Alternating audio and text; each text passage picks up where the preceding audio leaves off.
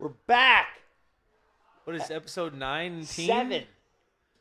We did it, dude. Yeah. We keep fucking doing it. No one thinks we can do it, but we keep on doing it. All the naysayers.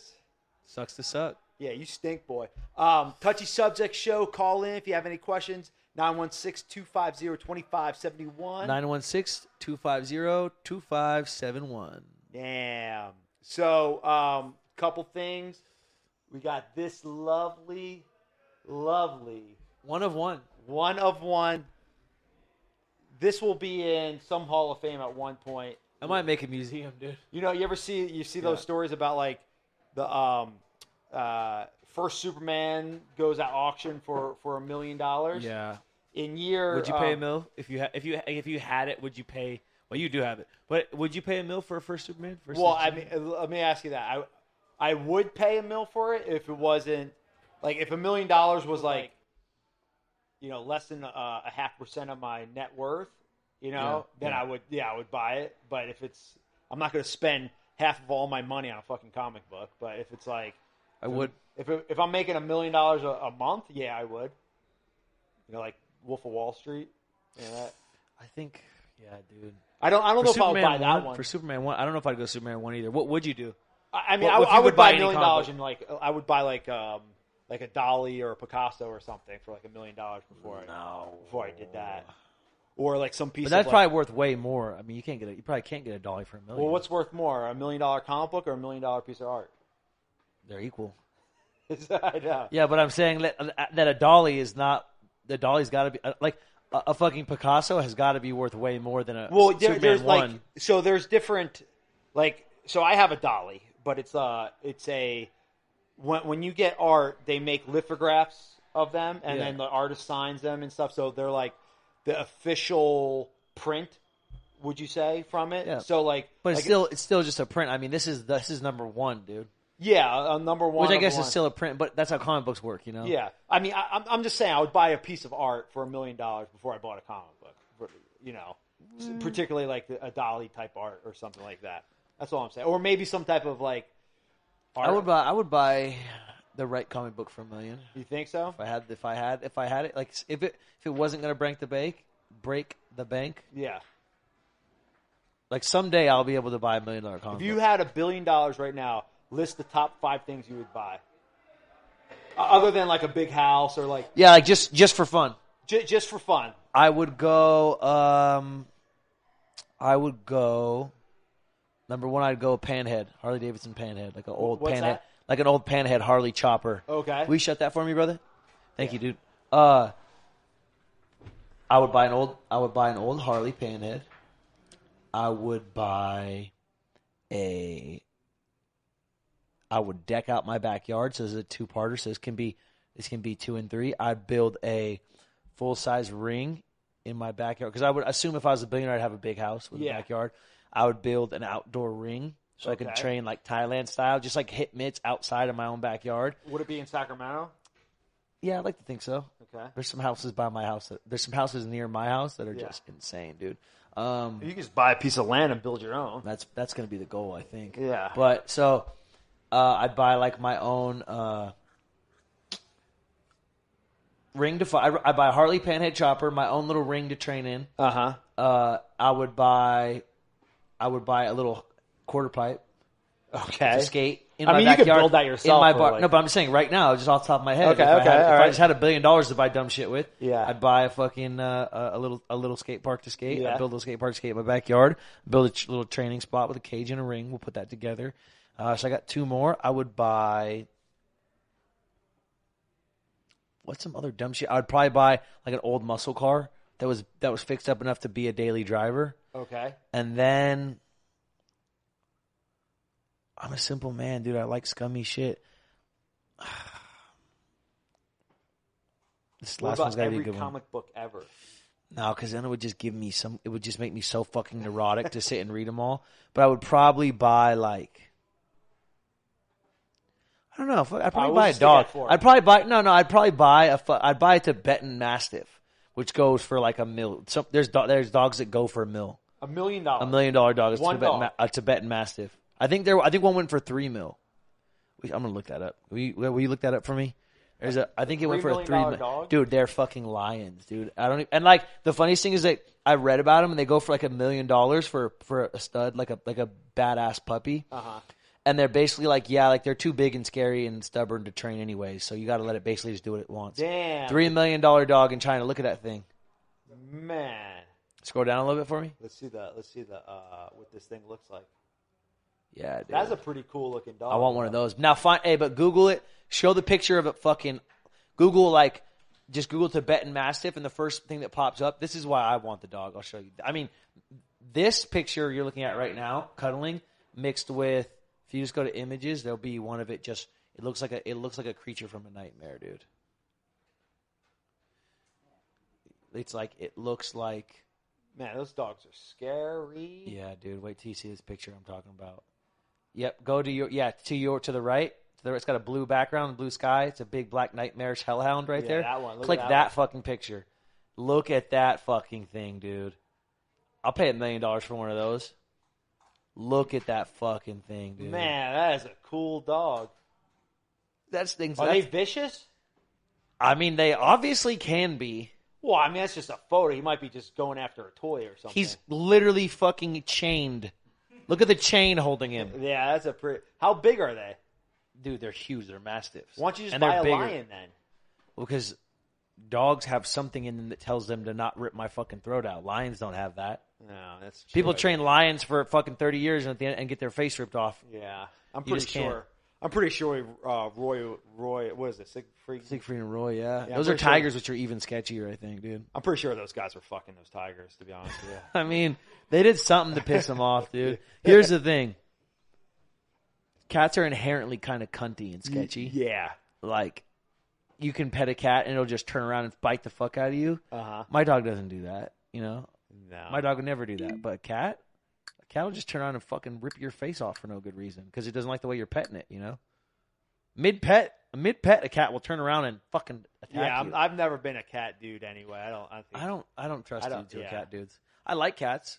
I mean, cats are cool. They're badass, obviously, but a guy who's like, I just love cats. Like, I don't trust that guy. Yeah, I don't trust the guy. Yeah. So, like we're saying, in year 2348, this shirt is going to go at an auction. Yeah, we really got over $1 million. We really fucking got off there, didn't we? Yeah. Oh, yeah, this shirt's 101. One of one. Now, this shirt, if you want to get this shirt, are you going to go Instagram? I'm going to go Instagram while you explain. Yeah, so this shirt is one of one. If you want to get this shirt, you need to call in and convince us why you should get it. Little psychological warfare, we would call it. Yeah, this is not for the faint of heart, people. Yeah, you have to convince me that you deserve this shirt. So it's quite the This ain't no Punkball. Dude, that is one of the funniest. What did that guy in your wrestling team say? I bring the hurt. That one. Bring the hurt. Dude. He brings the hurt. You better bring the fucking hurt if you want the shirt, baby. That's right. Bring the hurt if you want the shirt. You can't be playing no Punkball, and you got to be bringing the hurt. God damn it. That's right. That's right. I've never heard Punkball. Yeah, what is that from, by the way? So when I was in junior college, my first 2 years, I had these two. This is my first year, freshman year. I had these two kids from Virginia. Mm-hmm. They were from Virginia. Two Just kidding, two black Virginia. kids from like country, like the back country of Virginia, which sounds terrifying. They were.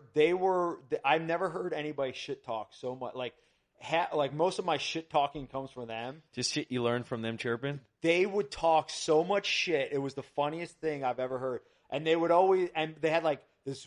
I mean, they were basically illiterate too, but they had like the thickest accent, could barely pronounce any words correct. And they would come over and then like stay at our house sometimes. How do you know these dudes?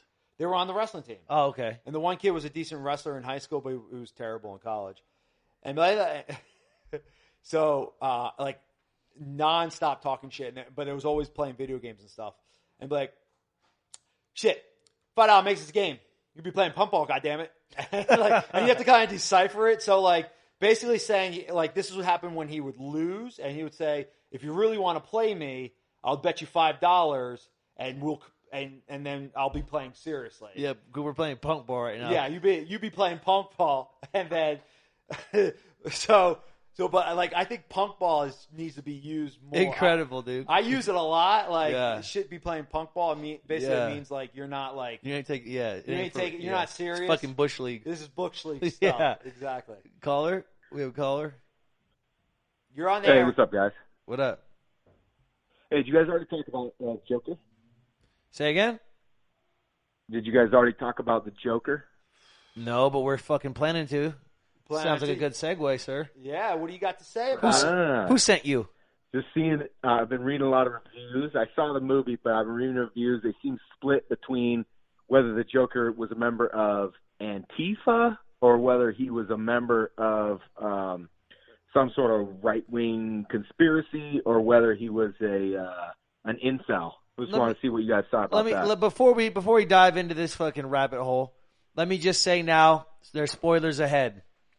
There are spoilers ahead. There's no spoilers. Listen, there will be no spoilers whatsoever. Because all these little assholes are on the internet are going to go, I fucking can't believe it.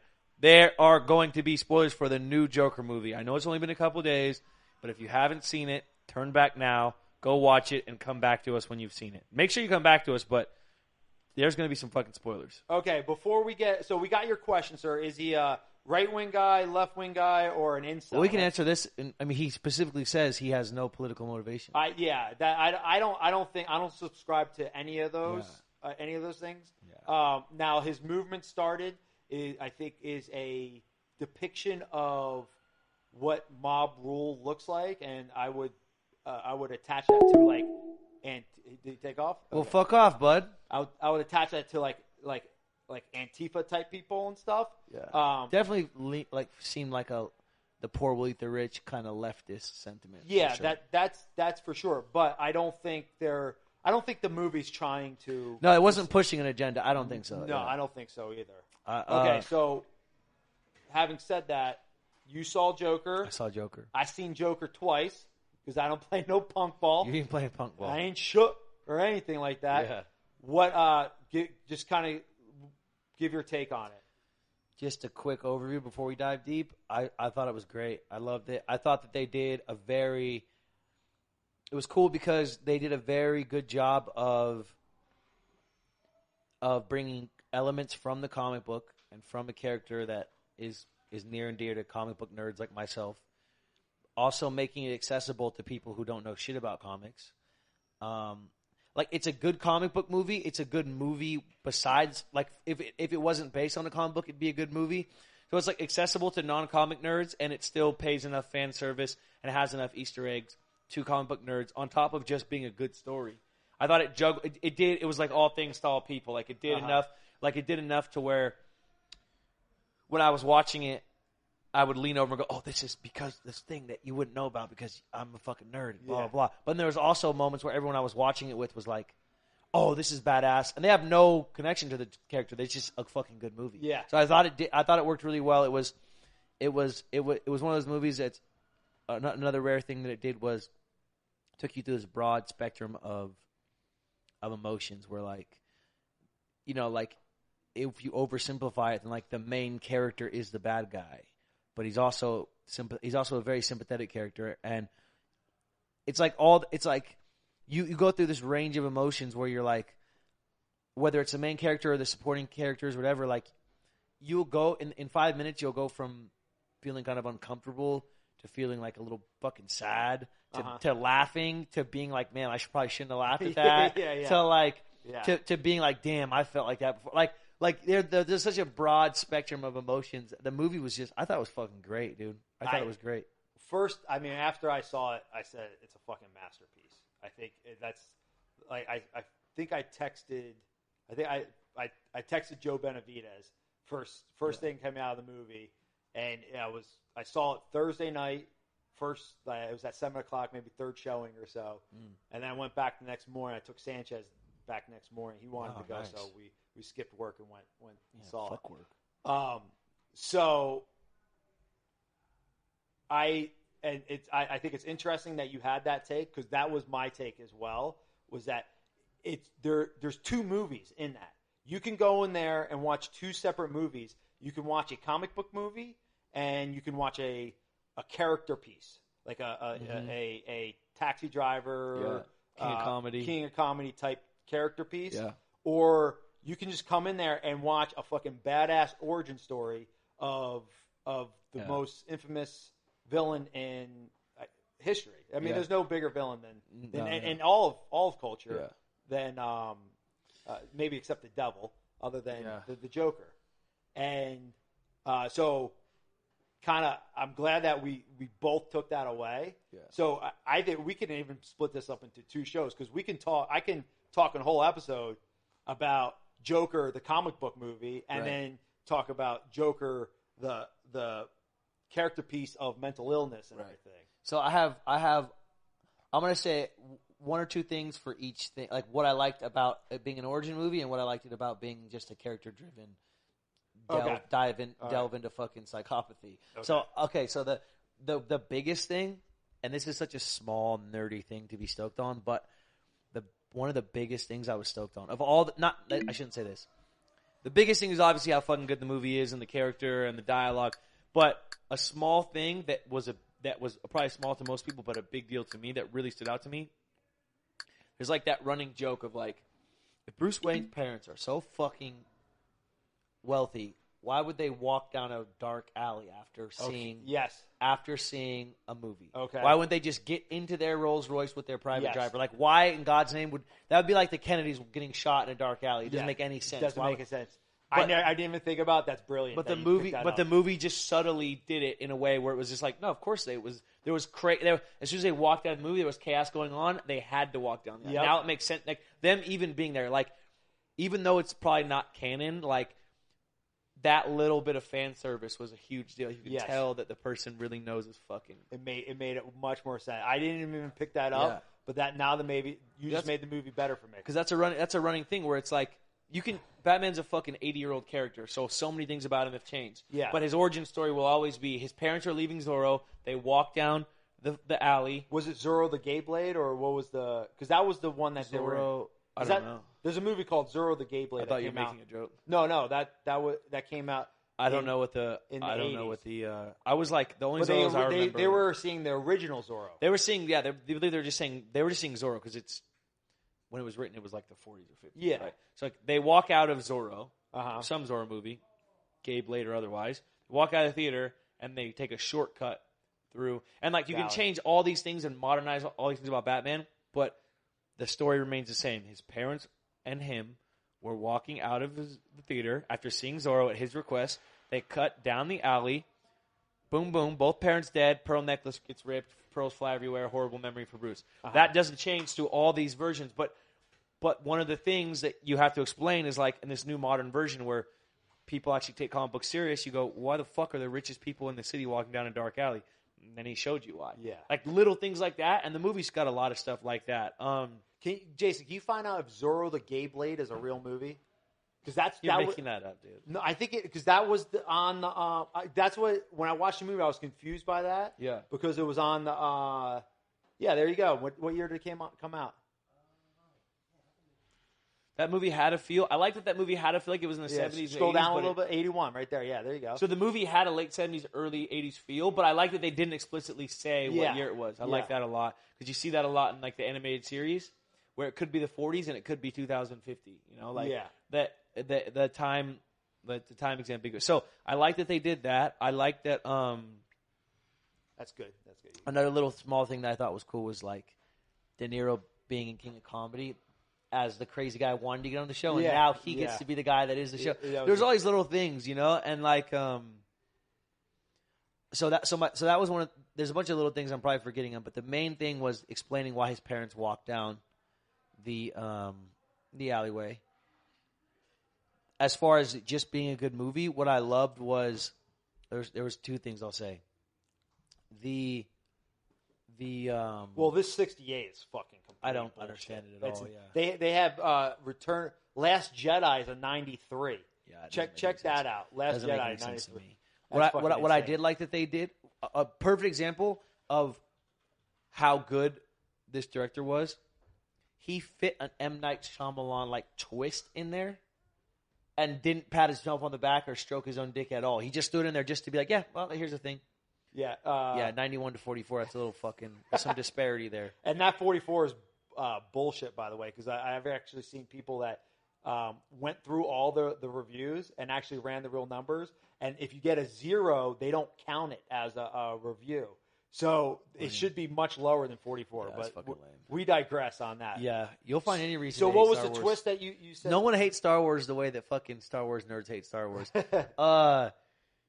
Yeah, so I thought it just kind of speaks to how good the filmmaker is that they did the plot twist with the girlfriend of not actually being like that's enough for some fucking filmmakers to just rest the movie on.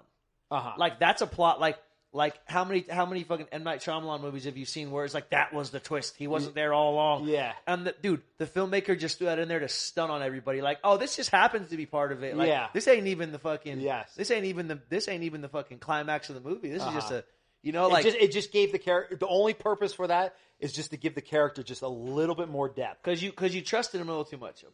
Yeah, you were like, I get what this guy's coming from. People are kind of. And then you went, oh, like no, he's crazy. Yeah, like, and then another thing that I liked was they did a lot of things that I did think that they did specifically to show you the transition. Like once he had been completely pushed over the edge, like he got beat up once and nothing happened. He got beat up the second time and he fucking killed people, right? Yeah. Then when you find out that the girlfriend isn't actually and like the first time he killed people, it's almost justified in a way. It's like self-defense. Yeah. They might have killed him. I mean, they're like in that moment when someone's kicking you in the head. Yeah, it's not like it's not premeditated. It's definitely not premeditated. You don't. I mean, it could be somehow. It's definitely not first degree murder. Right. I don't know what. Well, whatever it is, but manslaughter.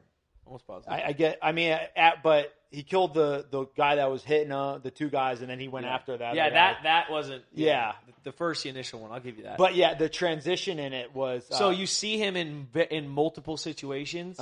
And you see him in multiple situations, and you see but each time there's like two. Like each of them, I believe, like most of the situation I'm talking about, there was two. So one time he got laid on, he was on the ground getting kicked. Yeah, and he just had to take it. The second time, he fucking murdered the people kicking him. Then he's in the room with the lady, and you realize that she's not actually his girlfriend. And he gets up and he walks down the hallway, but it doesn't tell you whether or not he kills her and the little girl. At the end, you're talking about. No, I'm talking when you find out that. And he's staying in. It's towards the end of the movie. And you figure out that the girlfriend isn't his actual girlfriend. Yeah, and she's saying you need to get out of here. Yeah. When he leaves, it doesn't show you what happens. Do you think he killed her? Or not?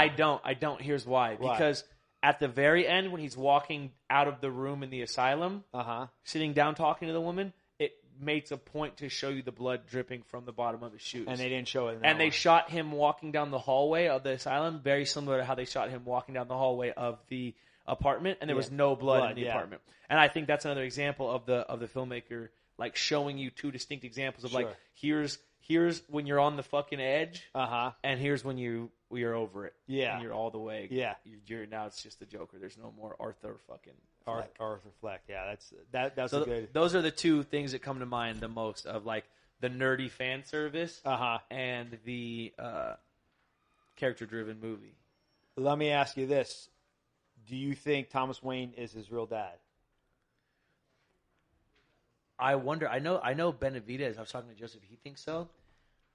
I think that's another thing that filmmaker did. It was like the point of it isn't to figure out whether it's his dad or not. The point is to show like the ambiguity of like of how like everyone has some shittiness to them. Like because you have that moment where he turns the picture over and it's signed like I love your smile TW. Right? Yeah. So there's obviously something going on that Thomas Wayne's not admitting. Yes. Right? But then there's obvious proof that maybe it was doctored, but there's proof that she was in the asylum, and she seems like someone who is off even from the beginning. Yeah. Right? So it's probably somewhere in between, which I think was the point. Like, I don't think the point was to figure out whether Thomas Wayne was lying. I mean, I think the way they did. I think the point was to have a conversation about it. Was to sort of leave it. The way they did it was genius. I think. I think they left these questions that were good questions, and then they left it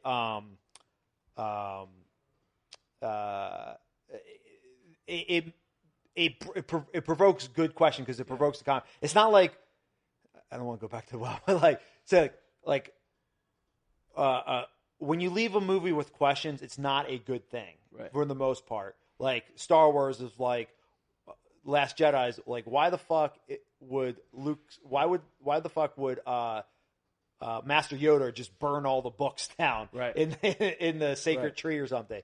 But it leaves you questions of like there's no plot hole, but like okay the how rich is the character and how in depth is the character, which is like it's good and makes you like really like think about the film more and think deeper level. So the thing that I think, especially because I'm a fucking total nerd, and I love the dynamic between the Joker and Batman, like the idea of order and chaos and the yin and yang of things, like.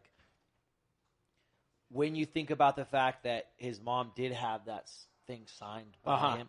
So, like, especially in more modern comics, people have started to look into... Because Batman is like this force of good. Like, he's order to the core. Like, he has these rules. He doesn't bend, he doesn't break. Like, the rules are the rules.